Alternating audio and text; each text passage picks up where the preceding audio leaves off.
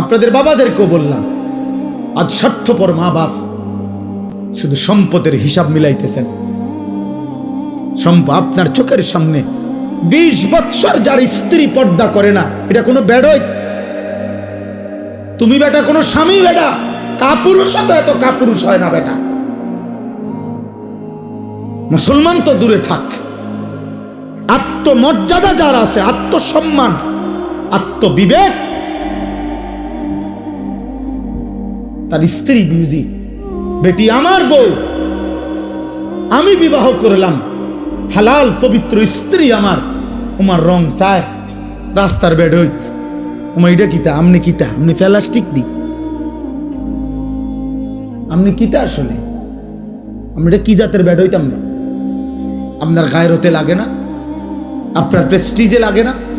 আত্মসম্মানে লাগে না? আত্মসম্মান মানুষের শ্রেষ্ঠ নিয়ামত, গায়রত। এটাকে অহংকার বলে না, এটাকে বলে আত্মসম্মান।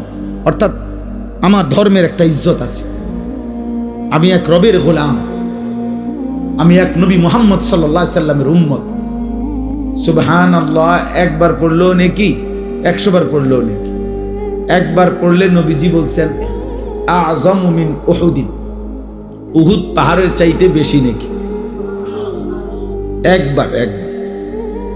আবার 100 বার পড়লে নবীজি বলছেন আল্লাহর রাস্তায় 100 গোলাম আজাদ করার সওয়াব। তাইলে নেক আমল আজরুকুম আলা কদরে নুসুবিকুম। নবী সাল্লাল্লাহু আলাইহি সাল্লাম বলেন তোমাদের পরিশ্রম অনুপাতে তোমাদের নেকি। যে আমলে যত মেহনত ওই আমলে তত নেকি। তাহলে এই জন্য আল্লাহর কথা কম হোক বেশি হোক কোনো অসুবিধা নেই, ওয়াজ কমও হইতে পারে, ওয়াজ বেশি হইতে পারে। হাদিসের মধ্যে আছে নবী সাল্লাল্লাহু আলাইহি সাল্লাম একদিন ফজরের নামাজের পরে মসজিদে নববীতে ওয়াজ শুরু করছেন, বিশুদ্ধ হাদিস। মাগরিব পর্যন্ত ওই দিন নবীজি ওয়াজ করছেন, শুধু নামাজ পড়ছেন আবার বসছেন, এক টানা ফজরের পর থেকে মাগরিব পর্যন্ত তিনি অনবরত বলছেন। হযরত আবু যায়েদ আনসারী রাদিয়াল্লাহু তাআলা আনহু বলেন কিয়ামত পর্যন্ত যা হবে সবকিছু বলে ফেলছেন উনি, এমন ওয়াজ দিছেন, এক ওয়াজ। তাহলে লম্বা ওয়াজ।